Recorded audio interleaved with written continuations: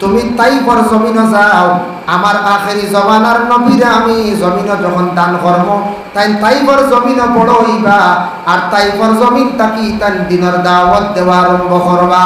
তবে তাইফর জমিন খান আমি আল্লাহ বদলাই লইতাম। কিতাব বদলাইতাম।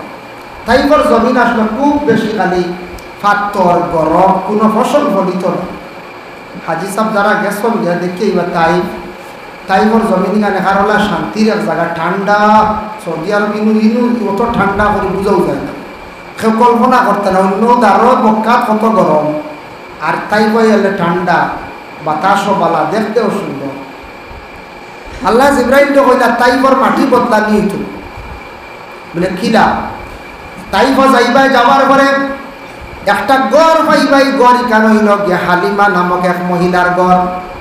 ও গড় তাকি হিসাব করিয়া চতুর্দিকে মানে 72 মাইল, ওদিকে 72 ওদিকে 72 মাইল পর্যন্ত হিসাব লইবাই। আর নিচ দিকে 70 হাত গভীর মানে মাটি কুদিয়া তুমি সেই মাটিটা নিয়া বাহিরে ময়িত ছাড়ি দিবাই। আর নীল দরিয়ার বালা মাটি আনিয়া তাইফর জমিনটা আবার ভরপুর করিয়া রাখি দিবাই।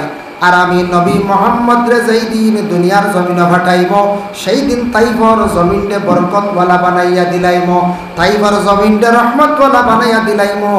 আর আমি তাইফর জমিনে আমার নবীর প্রথম ফাটাইম। সুবহান। সারা জিব্রাইল রেখে কইতা আল্লাহর রাসূল আল্লাহ যাতে কইতা। তখন জিব্রাইলে গিয়া, জিব্রাইল তো বলিস আমরা লাগান না, আমরা ভাবুনি 72 মাইল মাটি সরাইতাম। টাইম গিয়া এক জাপটে গিয়া 72 মাইল সীমা লইয়া মাটি নে সারা বাহারে মসজিদ একটা বড় দরিয়া নে হলাই দিছ। আর নীল দরিয়ার বালা মাটি আনিয়া তাইফর জমিনটার মাটি বদলাই দিছ। তাইফ গেলে দেখবা শাক সবজি বলে, তাইফ বালা বালা গাছ আছে, খাজুর গাছ আছে, বিভিন্ন ধরনের গাছ আছে, ঠান্ডা মৌসুম সব সময় থাকে। একমাত্র আমার নবীর কারণে আল্লাহর যাতে তাইফর জমিনটা বদলাই লাইছেন। রাসূলুল্লাহর জন্মের পরে তাইফর জমিনও হালিমার দায়িত্বে 2 বছর ছিল। হালিমা 2 বছর পূর্ণ হওয়ার পরে আল্লাহর রাসূলটা নিয়ে আমিনার কাছে সমঝাই দিলা। আমিনা কইলা না, তুমি আরো 2 বছর রাখো, আর কয়েকদিন রাখো, কারণ বর্তমান সময়ে কলেরা বেমারে মক্কার জমিনও দেখা দিছে। কইলা হালিমা তুমি আরো কয়েকদিন রাখো রে বাবা, বর্তমানে মক্কাত কলেরা দেখা দিছে, আমার মুহাম্মদের ক্ষতি যাইত। সুবহানাল্লাহ। কত মায়া আওলাদর লাগে, আওলাদর লাগে কত মায়া নাই পর্যায়ে, কত মায়া মা বাবার। চিন্তা করে দেখো মা বাবার কত মায়া তাকে আওলাদর লাগি। বাবা জীবনে বড় দুঃখ লাগে, মাঝে মধ্যে কোনো জায়গাত দেখা যায় কোনো ভিক্ষুক মানুষের বাড়ির মধ্যে যান, বেটা মানুষ দেখবা মানুষের বাড়িতে গিয়ে ভিক্ষা করতাম। জিজ্ঞাসা করার পরে কইবা আমার 2 আওলাদ আছেন, 2 জন আওলাদ থাকতে 3 জন আওলাদ থাকতে বাবা গিয়া মানুষের দুয়ার ঘুরিতরাম। এটা পাওয়া যায় না।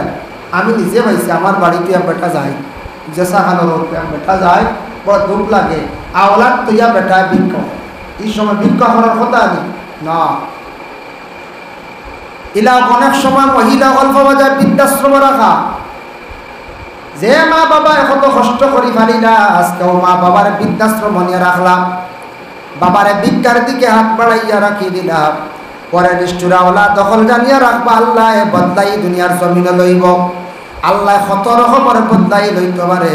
হয় আল্লাহ তোমারে একদিন ভিক্ষা করাইয়া লোক ছাড়ব, নতুবা বিশেষ করিয়া আল্লাহর যাতে তোমারে এই দুনিয়ার জমিনে উপবাস রাখাইয়া কিংবা তো বড় ধরনের ব্যাপার দিয়ে বিছনার মধ্যে বেশি দিন দিয়ে কষ্ট দিয়া রাখি আল্লাহ মারবা।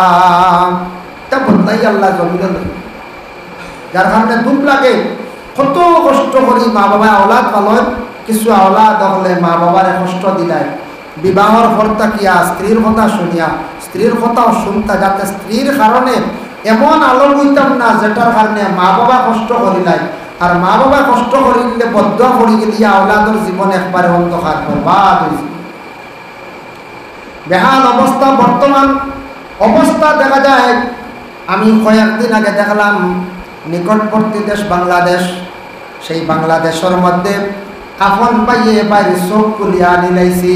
দেখছুন না আপনারা, তাহলে দেখছুন না মোবাইল, ইয়া আল্লাহ সম্পদ খাইবার লাগে, সম্পদের কারণে ঝগড়া করে বাইর দুই চোখ খুলি লাইছে বেটাই, আঙ্গুল দিয়া দেখছি খালি টানিয়া কুসাইয়া বাইর চোখ নাই, বর্তমানে হসপিটাল অ্যাডমিট। ইয়া আল্লাহ, আফন বাইর চোখ, একদিকে আফন বাই আর চোখ কোন কিলা কোন। আচ্ছা গুছা উঠছে মারি দিছ কিমান দুবু হাড়ি দি বাড়ি মারি দিছ, কিলা দুই ওটা চোখ খুলিল মানুষটা। মানে কতটুক মানে বেপরোয়া, কতটুক মানে জাহিল মানুষ দুনিয়ার জমিন দৌলতর কারণে আফন বাইর চোখ খুলিলা। ইয়া আল্লাহ, খানকে বসিছ। যার কারণে আমার নবী মুহাম্মদুর রাসূলুল্লাহ সাল্লাল্লাহু আলাইহি ওয়াসাল্লাম দেখেন 4 বছর মা হালিমার দায়িত্বে রইলা, এরপরে আমিনার দায়িত্বে আরো 3 বছর, টোটাল 7 বছর। 7 বছর বয়সকালে মা আমিনার ইন্তেকাল হয়ে গেল। তখন বাবাও নাই, মাও নাই, এমন এতিম মহিলা হযরতে আমিনা রাদিয়াল্লাহু তাআলা আনহার ইন্তেকালের পরে রাসূলুল্লাহর দাদা আব্দুল মুত্তালিব হলো জিন্দা আছেন, তাই লালন পালন করলাম। তাই করছেন 9 বছর বা 8 বছর, 8 কি 9 অতটুকরা বাইও। এরপরে রাসূলুল্লাহর চাচা একজন আবু তালিবর দায়িত্বে যখন দিলাইলা, দাদার ইন্তেকাল হয়ে গেল। দাদা ইন্তেকালের পরে রাসূলুল্লাহ চাচা আবু তালিবের দায়িত্বে রইলা। যেই সময় রাসূলুল্লাহ বড় হয়ে গেল, গিয়া আল্লাহর রাসূলের নবী বলিয়া কিছু প্রকাশিত হয়ে গেল, এখনো নবুয়ত পুরা যাই রইছে না। আমার নবী ছোট থাকতেও নবী, জন্মর আগেও নবী, আর সে আজিমও ছিল নবী, এখনো পর্যন্ত নবী। কিয়ামতের দিন নবী মুহাম্মদ নবী হিসাবে থাকবা, সব নবী হলে সেই নবীর সম্মান জানাইবা।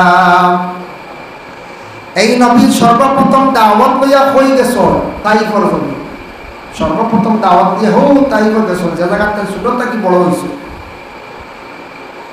তাইফর জমিনের সর্বপ্রথম দাওয়াত দিয়ে গেছেন, ও কলিমার দাওয়াত।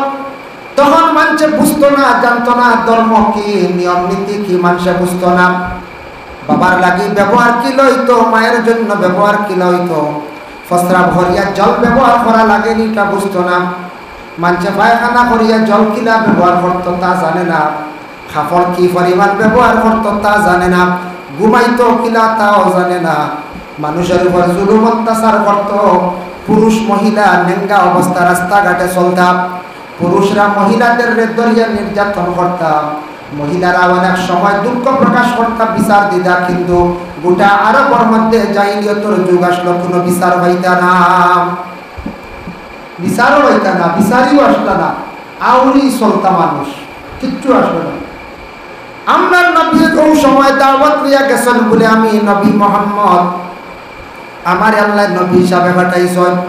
তুমি তান মানো চাহে না মানো, তবে আমি হইয়ার তুমি তান এই পরিমাণে এইরকম কাপড় পরিধান করো, এইভাবে তুমি তান মানো, এইভাবে তুমি তান দিনে ইসলামরে গ্রহণ করো। এই দিনে তোমারে পবিত্রতা শিখাইব, এই দিনে তোমারে কাপড় পরিধান করা শিখাইব, এই দিনে মা বাবার সহিত কিভাবে ব্যবহার করা শিখাইব। এই ধর্মটারে তুমি গ্রহণ করিলাও, তুমি অটোমেটিক ভালো রাস্তার মধ্যে ঘুরিয়ে আসবাই। নবীজি যেই সময় দাওয়াত দেওয়া আরম্ভ করলা, আমরার নবীর মুখের ভাষা শুনিয়া, চলা চরিত্র দেখিয়া, নবীজির ব্যবহার দেখিয়া অনেক বিধর্মীরা যারা ধর্ম কি জিনিস বুঝতো না, এরা খেওয়াছে কিছু কিছু মানুষের এক গুরুর অন্ধবিশ্বাসের ধর্ম আসলো। বিভিন্ন পূজা পাঠ করতা, মূর্তির পূজা করতা, সূর্য পূজা করতা, গাছর পূজা করতা। এরা নবী মুহাম্মদের বাণী শুনিয়া, ব্যবহার দেখিয়া, আল্লাহ রসুলের লোক লইয়া তারা কি করলা, ইসলাম কবুল করিলাইলা। সুবহানাল্লাহ। কিন্তু নবীজির জমানাত দুশ্মন আসলা, নবীজির জমানাত কান পিছনে দুশ্মন আসলা, মানুষের পিছনে দুশ্মন থাকলো। মানুষ বহুদিন আগ বাড়িতে পারে, যেদিন মানুষের পিছনে দুশ্মন লাগি যাইব আর মানুষে বুঝি লাইব আমার পিছনে দুশ্মন আসন, সে কেয়ারফুল হয়ে যাইব। দুশ্মন লাগার পরে মানুষের ওই সময় দুশ্মন ডরাইয়া আল্লাহরে দেখা আরম্ভ করব, আল্লাহর সাহায্য চাইব, অটোমেটিক মানুষ আগ বাড়ি যাইব, আল্লাহর মায়ার বন্দাপনা বলি যাইব। এর কারণে দুশ্মন পিছে থাকলে বালা, মানুষ খুব বেশি হিসাবে চলবো, আর মানুষে আল্লাহরে ডরাইব, আল্লাহরে সবসময় স্মরণ করব। আমার নবীর পিছনে দুশ্মন ছিল, এখনো পর্যন্ত নবীর উম্মতদের পিছনে দুশ্মন আসবেন না। আমার পিছনে দুশ্মন থাকবা, ইমামের পিছনে দুশ্মন থাকবা, গ্রামের ধনী মানুষের পিছনে দুশ্মন থাকবা, কোন উচ্চ পর্যায়ের কোন ধনী মানুষের পিছনে দুশ্মন থাকবা, মহিলার পিছনেও অনেক সময় দুশ্মন পাইবা। দুশ্মন খারা দুশ্মনী খারা করব যারা জ্ঞান নাই ইসলাম ব্যাপারে, যারার মধ্যে মানবতা নাই, যারা মানুষের দুশ্মনী করন। দুশ্মনী করিয়া লাভ নাই। যেন দুশ্মনী করবাই পিছে হব, যেন দুশ্মনী করবাই পিছে করবা এন ফায়দা হইতো নাই। তাই যদি মসজিদের লাগি দুশ্মনী করেন মসজিদের ক্ষতি হইতো না, তার ক্ষতি হইব। ইমাম সাহেবের লাগে দুশ্মনী করলে ইমাম সাহেব হয়তো যাইবা গিয়া কিছু দুশ্মনী করছেন, কিন্তু সারা জীবন তার ক্ষতি হইয়া যাইব যদি না হন, যদি ক্ষতি করিয়া তখন। যদি গ্রামের কোনো মানুষের দুশ্মনী করিয়া ক্ষতি করেন সারা জীবন ক্ষতি হইব, এটা বংশ কয়েক সিঁড়ি পর্যন্ত খেতে। এর লাগে বিশেষ করিয়া আল্লাহ রসুলের জমানা তাই তাকে আরো কিছু দূরে একটা গ্রাম আসলো, সেই গ্রামের নাম হইল বকরি গ্রাম। সেই বকরি গ্রামের মধ্যে তিনজন দুশ্মন আসলা আল্লাহ রসুলের। একজনের নাম সাদ, আর একজনের নাম মাসউদ, আর একজনের নাম ওয়াদে আলী। তিনজন দুশ্মনে আল্লাহ রসুলের লাগি সর্বপ্রথমে প্রকাশ্যভাবে খুব বেশি দুশ্মনী করা আরম্ভ করলাম। খুব বেশি দুশ্মনী করা আরম্ভ করলাম। ওয়ালা দুশ্মন রসুল্লাহর জীবনে খাড়া হইলা যখন রসুল্লাহ নবুয়তি লাভ করলাম। আর নবুয়তি যাই হওয়ার পরে যেই সময় নামাজের হুকুম পুরাপুরি ফরজ হয়ে গেল, হুকুমাই গেল। আল্লাহর রসুলের নামাজ পড়াইতরা আগে নামাজ আসলো দিনের বেলা জুড়ে কিরাত পড়িতা, রাত্রেও জুড়ে কিরাত পড়িতা। আমরার নবীর দুশ্মনের কারণে আল্লাহ দিনের বেলা 2 ওয়াক্তর নামাজ রে আল্লাহ কি করিল আস্তে পড়ার হুকুম দিলাইলা। যেমন নবীজি দাওয়াত দিয়ে যাইতো, এটা হিজরতের ঘটনা বলতে হিজরত না, নবীজি এক জায়গার থেকে আরেক জায়গায় যাইতে গিয়া দম লইছেন মসজিদে। আল্লাহ রসুলের নামাজ পড়িতে সময় তান ফিটি তানিয়া দুশ্মন হলে মরা জন্তুর বোড় আনিয়া রাখছেন।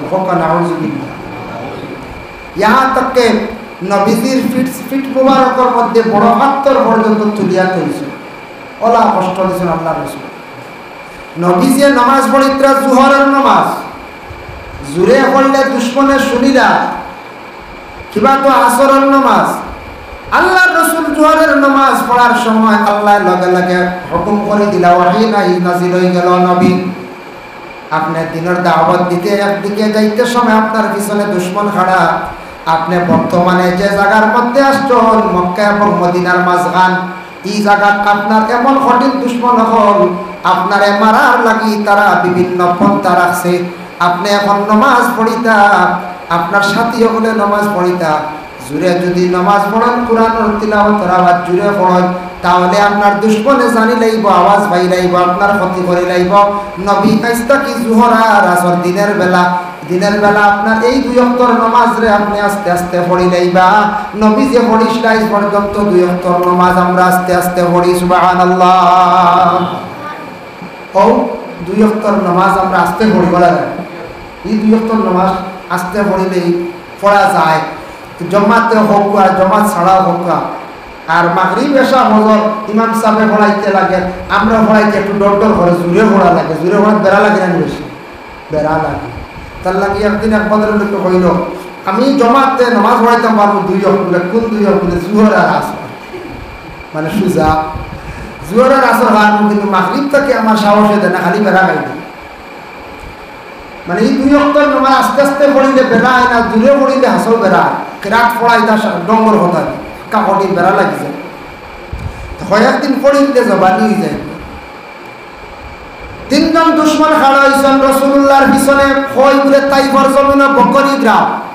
বকরি গ্রামের 3 জন দুশ্মন হলে রসুল্লাহরে অত দুশ্মনী করতা। নবীজি মক্কা তাকে তাইফর জমিন দাওয়াত লাগে হাঁটিয়াইতা সাহাবী হল সঙ্গে। দেখিয়া কইতারে আব্দুল্লাহর বেটা মোহাম্মদ মক্কা থাকি আইছে, ভাগল আইছে, নতুন একটা ধর্ম লইয়া আইছে। অগুরে কিভাবে আক্রমণ করা যায়, বিভিন্ন রকমে আক্রমণ করতা। চক্রান্ত করিয়া একজন বুড়ি মহিলা দিয়া হাঁটা রাস্তার মধ্যে ফালানি লইলা। এখনো আছে বুড়ি, যে বুড়ি হাঁটা ফালাইলা রাস্তা দিয়ে, রাস্তা এখনো আছে, এখনো চিহ্নিত আছে। কিন্তু যে ছোট্ট মসজিদ এখনো পর্যন্ত আছে। তাইব গেলে দেখবা আল্লাহ নেক সবে চেষ্টা করবা। আল্লাহ তার বাড়িতে গেলে তাইফর জমিনে যে বুড়িয়ে রাস্তা হাঁটা গাড়িয়া তৈছিল নবীজির লাগি দুশ্মনী করলো, আবই জায়গায় কান আছে। দেখো রাসূলুল্লাহর দুশ্মনী করছেন তিন দুশ্মনে বাচ্চান্তরে চলাইয়া দিতা কইতা যাও ফাত্তর মারো ও তারা ফাত্তর দিটাইতে আল্লাহ রাসূলের শরীরে পড়তো ছাতি ওগুলোর পড়তো অত মায়ের গাইছন ফাত্তরের আঘাত লাগছে বালির মধ্যে ফালাইয়া আল্লাহ রাসূলরে টানিলা শরীর মোবারকটা কি রক্ত বাহির হইল রক্ত পাইয়া গিয়া ফায়ের মধ্যে পড়িয়া জুটার মধ্যে ছাটা লাগলো সাহাবীরা খান্দিয়া বলিয়া রাসূলুল্লাহ আপনি দ্বীনে ইসলামের দাওয়াত দিতে কত মায়ের খাইলা একটা বার ঘুরিয়া আপনি তারারে কঠোর কথা খান কইলা না এরার উপরে আপনি প্রতিবাদ করাত গেল না ইয়া রাসূলুল্লাহ আপনি আমরার একটা বার ইজাজত দেখো আমরা তারার লাগি এখন আমরা লড়াই আরম্ভ করিলাই তারারে শাস্তি করতাম পারমি শক্তি আমরার আছে আল্লাহর রাসূলের প্রথম পর্যায়ে কইছেন না না এখনো সময় বাকি আছে এখনো পর্যন্ত বিসমিল্লাহ করছি আরম্ভ করছি দিনের দাওয়াত যে নতুন ব্যবহার হয়েছে এখন যদি তারার যদি আমরা লগে লগে জবাব দেওয়ার লাগি যাই ইসলামের দাওয়াত পৌঁছিত না দাওয়াত দেওয়া যাইত না এর কারণে আমরা সংখ্যা কম আমরা দাওয়াত দেই আল্লাহ তারার হেদায়েত করবা আমারে মারসল কোনো দুঃখ নাই আল্লাহ তারার বিচার করবা তারারে আল্লাহ হেদায়েত করবা সুবহানাল্লাহ কতটুকু ধৈর্য সবর আসলো না বিজির মধ্যে ধৈর্য করার কারণে তো ইসলামরে ঠিকাইয়া তুইয়া গেছো নাই কোটি কোটি মানুষের নবীজির স্মরণ করটা ইয়াদ করটা এর লাগে সবর ধৈর্য যেটা এটা আমরার মধ্যে থাকত সবর যেটা সমস্যা আইব অনেক পেরেশানি আইব বাড়ি তো আইব এমনিও আইব সবরটা করার চেষ্টা করতাম সবর না করলে মানুষ বেকার হয়ে যাব নষ্ট হয়ে যাব সবর কথা আল্লাহ রাসূলেও কইছেন আস-সাবরু নিসফুল ঈমান সবর হইল ঈমানের অর্ধেক অঙ্গ আর আল্লাহ কইছেন ইন্নাল্লাহা মা'আস সাবিরিন সবর করনেওয়ালার পাশে আছি আমি আল্লাহ কিছু মানুষের এটা পরীক্ষা করি দেখি সবর আছে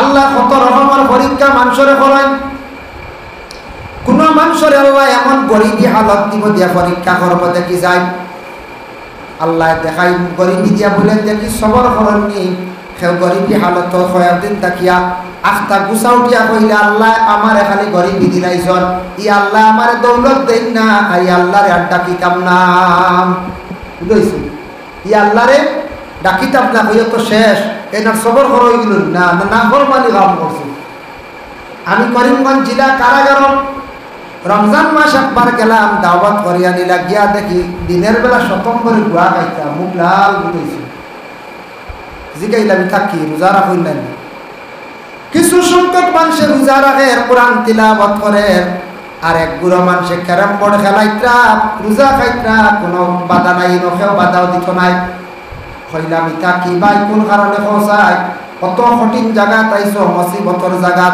ইনওয়াইয়া আল্লাহর ডাকিতা ডরাইতাই বলে আর কইও না আল্লাহ খানো বলা হয় আল্লাহকে বুঝি আমার বল কি হল আল্লাহর হইতে হইতে এর মাঝে 20 বছর হিটসালো হইতে হইতে বারে থাকতে বহুত করেছি শিরনিও করছি এর মাঝে হিটসালো 20 বছর 20 বছর জেল লইয়া ঢুকছি এটা আপনার মাতুন না জানে ইটা দেখাওটা যাইত না এটা না আল্লাহ থাকলে না হুদা কতবার কইছি শিরনি করতে করতে এর মাঝে 20 বছর এগিয়ে হয় হুজুর পুরা 10 বছর হিটসালো এগিয়ে হয় আমার 7 বছর এটা বহুত কইছি তার আর হওয়া নাই অন্তি 12 তাতে দেখা যাবে ইকান বুঝেন না আল্লাহ মানুষের পরীক্ষা করুন আমি বুঝাইলাম কইলাম রে বাবাই শুনো নবী হলেও জেল খাটিছন জেলের মধ্যে গেছেন কিন্তু হক পথে হযরত ইউসুফ আলাইহিস সালাতু ওয়াস সালাম রে জুলাইখা চক্রান্ত করিয়া জেলের মধ্যে ঢুকাইছে হক পথে জেল খাটিছন তান সবর করছেন তান মর্তবা আল্লাহ পূরণ করছে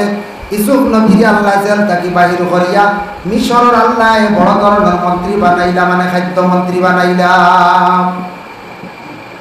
তুমি তার চিন্তা করি দেখো করিমগঞ্জ ডিস্ট্রিক্টের মধ্যে মানুষ 6 লক্ষ হইবা 7 থেকে 8 লাখ মানুষ হইবা 7-8 লাখ মানুষ হইবা এর মধ্যে বড় মানুষ হইবা বাচ্চা ছাড়ি দিলাম বেটি মানুষও ছাড়ি দিলাম 4 লাখ বেটা মানুষ হইবা তুমি বুঝদার মানুষ আমরা হইব 4 লাখের মাঝে মাত্র 220 জন করিমগঞ্জ জেলা কারাগারের ভিতরে আসো ভাই চিন্তা করি দেখো মাত্র 220 জন আল্লাহ বাসি বাসি আনিয়া অন্য ঢুকাইছে নিশ্চয় আমি বড় ধরনের কোন অপরাধ করছি গতিকে কঠিন জায়গা ঢুকছি ও চিন্তা একজন হলে আসাউতু বহুত বড় দোষী রূপ আমি, তার লাগি আমার এই অবস্থা।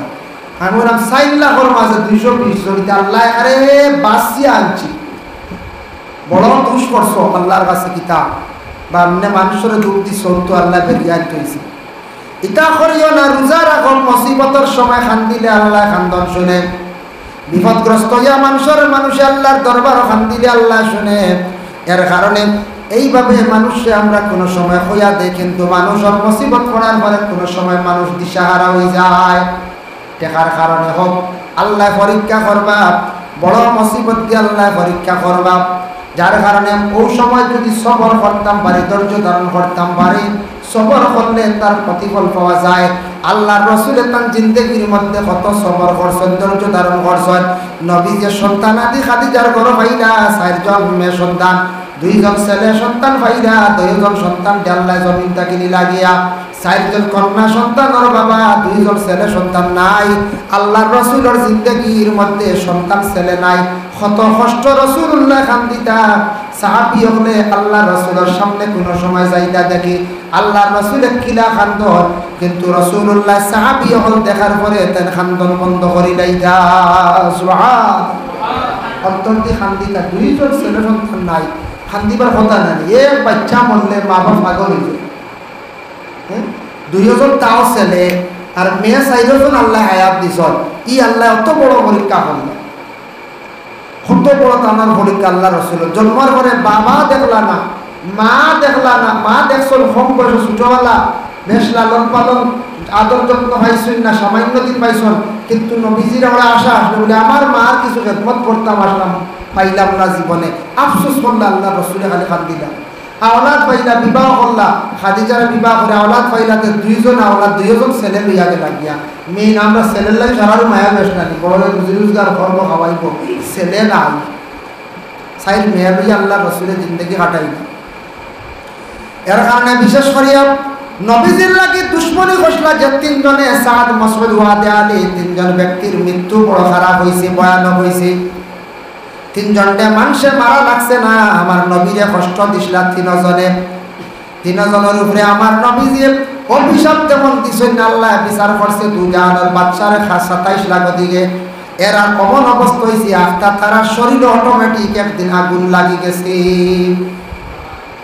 3টা শরীরের ভিতরে দিয়ে আগুন জ্বলা আরম্ভ হয়েছে, দৌড়ানি শুরু করছে। এমন দৌড়ানি আরম্ভ করলা, কুরআন আল্লাহ ঘোষণা করছেন নারুল্লাহিল মুকাদাতুল্লাতি তাত্তালিউ আলাল আফইদা।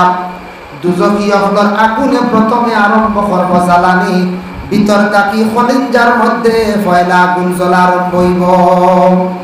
যখন জানি কোন বুকুর মধ্যে কামড়ায় বেদনা করলে জ্বললে কত মানুষের অশান্তি সৃষ্টি হয়, ঠিক তেমনি ভাবে দুজকিয়া হলোর দুজকে আগুনে আট করব, পয়লাকে আক্রমণ করব, মানুষের খলিঞ্জার মধ্যে গিয়ে আক্রমণ করব।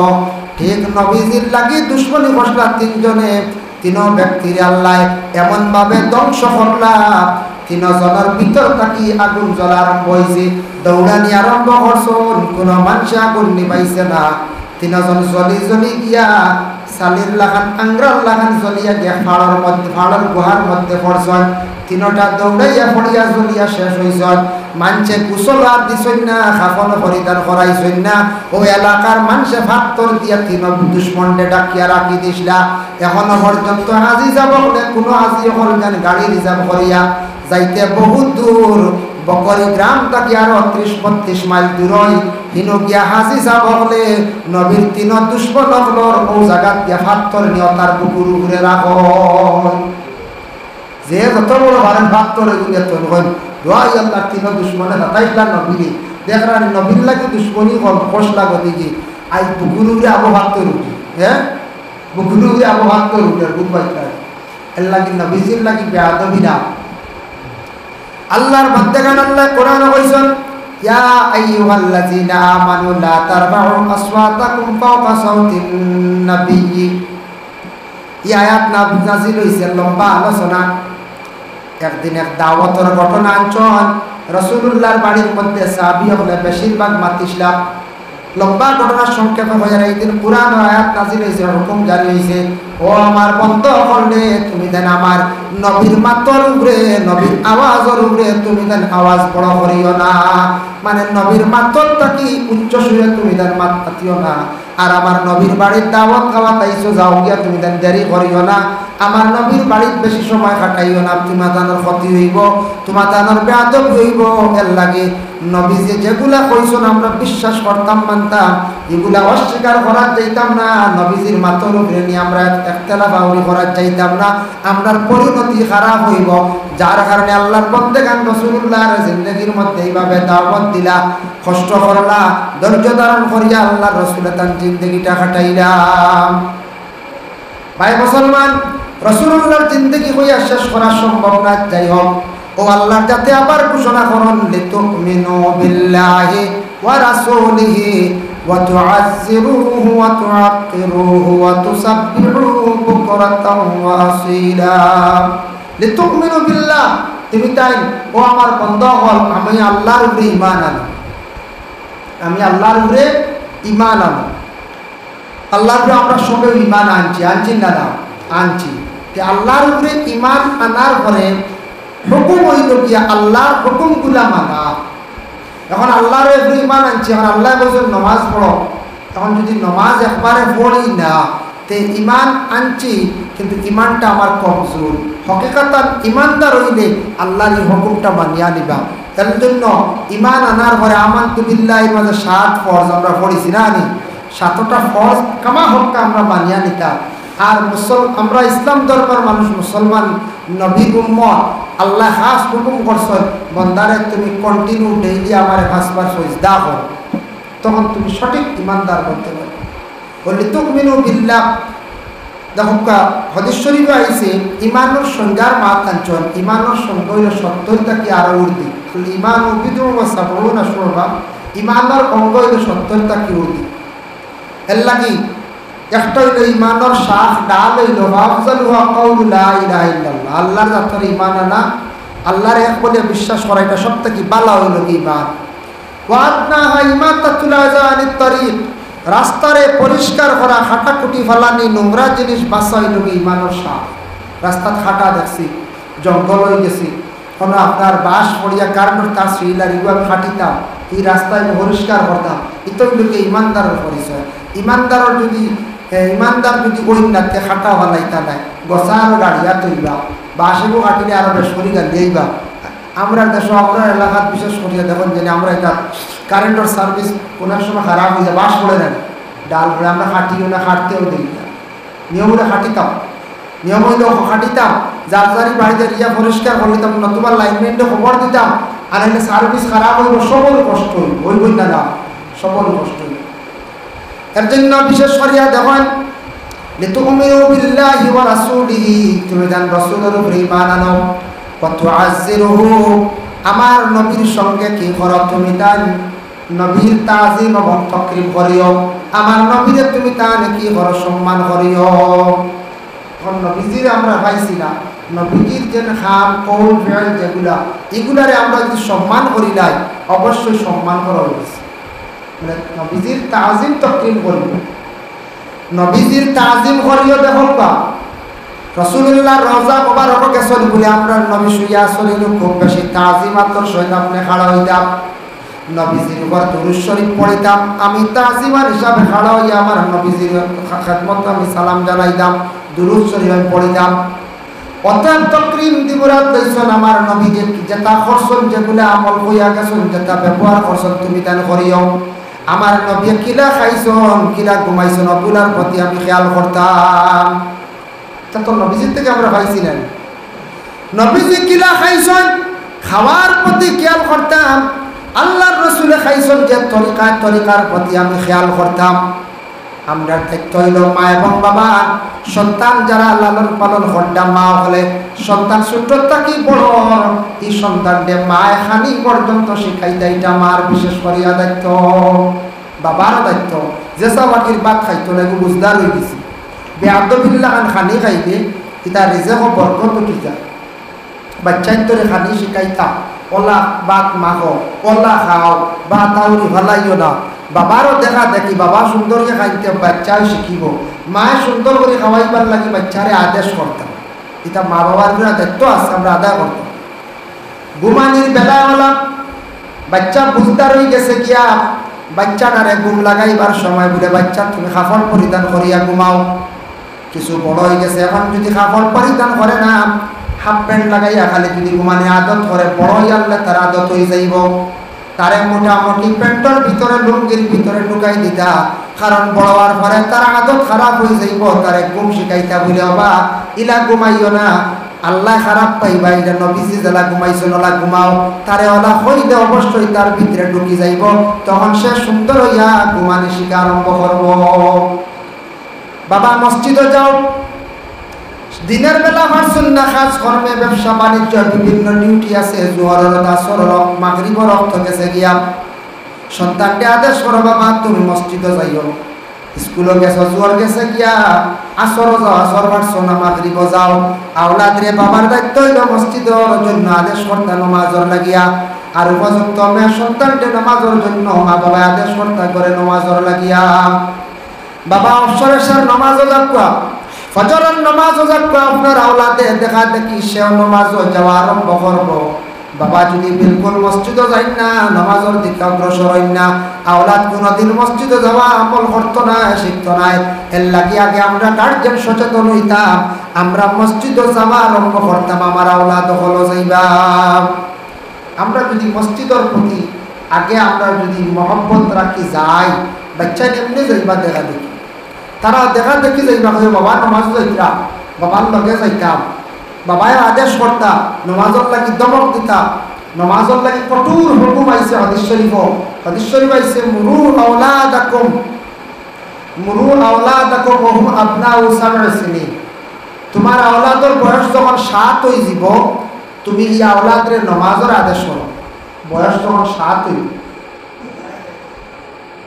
ওয়া হুম আবনাউ 10 সিনিন, তোমার আওলাদের বয়স যেই সময় যাব 10 বছর, ওয়াদরিবুহুম আলাইহা, তোমার আওলাদরে তুমি মারিয়াও নমাজ পড়াও।